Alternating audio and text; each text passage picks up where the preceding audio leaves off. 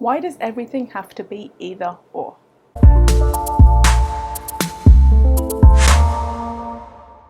Hey guys, Lena K here. In this video, we're going to talk about night owls versus early birds.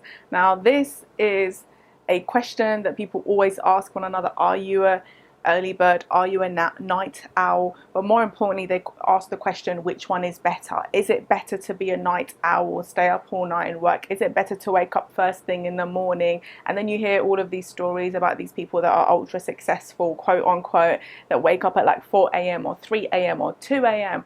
and they go to bed at like 7, and you're thinking like 7. There is nothing wrong with either. You have to find out what works best for you. So it's very, very important that you figure out which one you are, or if you're someone that is in between. It's good to be aware of when your productive hours are, and for you to find out when you best function. Just pay attention to this. Pay attention to when you are most productive. My husband, he is someone that likes to wake up early in the morning and he does his stuff, and his mind functions very well during the morning, the afternoon. He sleeps early. Me, on the other hand, after about 10 p.m. This is when I get most of my creative work done. My magic hours are always between midnight and about 4 a.m. My favorite hours of creativity. Now, of course, when it comes to coaching calls, if it comes to anything physical, anything to do with speaking or doing, or I can work out during the day, I can run my errands. But when it comes to creative work, I really like the fact that the whole world, relative to me, most people are sleeping, and I like the quietness. And this is where I get my downloads, I call it.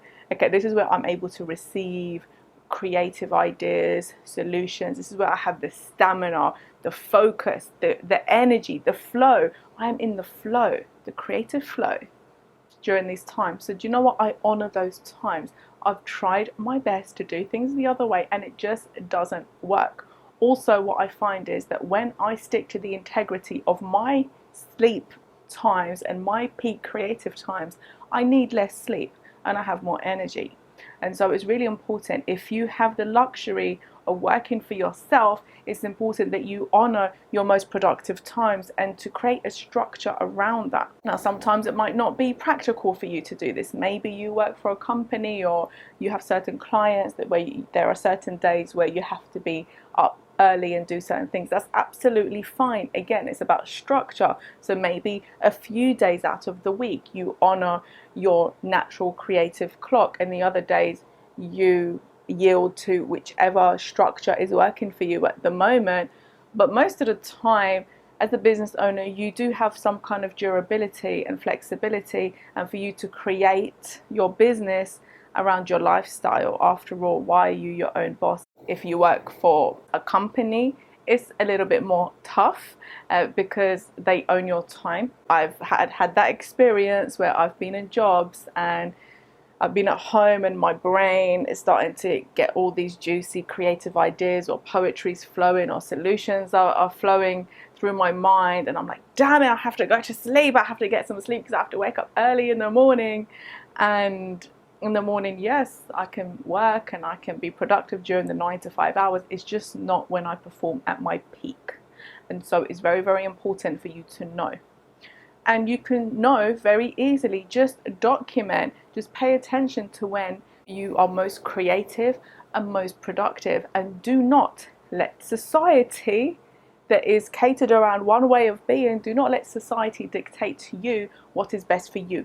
Nobody can do that. This is why when people say, oh, you should wake up at this time, 4 a.m. club, the 5 a.m. club, this a.m. club, well, that's all well and good, but if those hours are not your peak creative times and you're sleeping through the hours that you are most creative, then how is that going to help you to succeed? You might be part of a club, but your actual output and your results are not going to take you to where you want to go. So honor yourself. How do you think these routes for success and all these secrets of success were created?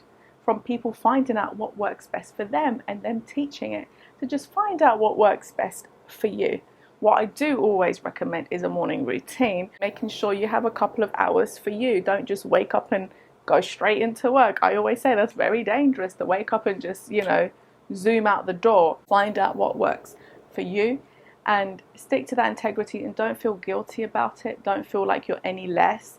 Don't feel like you have to succumb to what society says and what this person says and that person says. Screw all of them. Try and do what works best for you, but stick to it. Stick to it and just try it for 30 days or 90 days, but give it a certain amount of time where you can really trial this. I trialed this in my life and I have never gone back. And actually, when I look back in my life from when I was in school, in high school, in college and university, it was always the night hours when I would be able to focus. I could create very good work, I could study, and I could produce. So let me know below. Comment, let me know, are you more of a morning person? Are you more creative during the afternoon? Are you a night owl like myself? When do you perform best? Please give it a thumbs up. It really, really helps the channel to grow. Subscribe, share this with your friend. And until next time, you guys, lots of love, light, and magic to you all.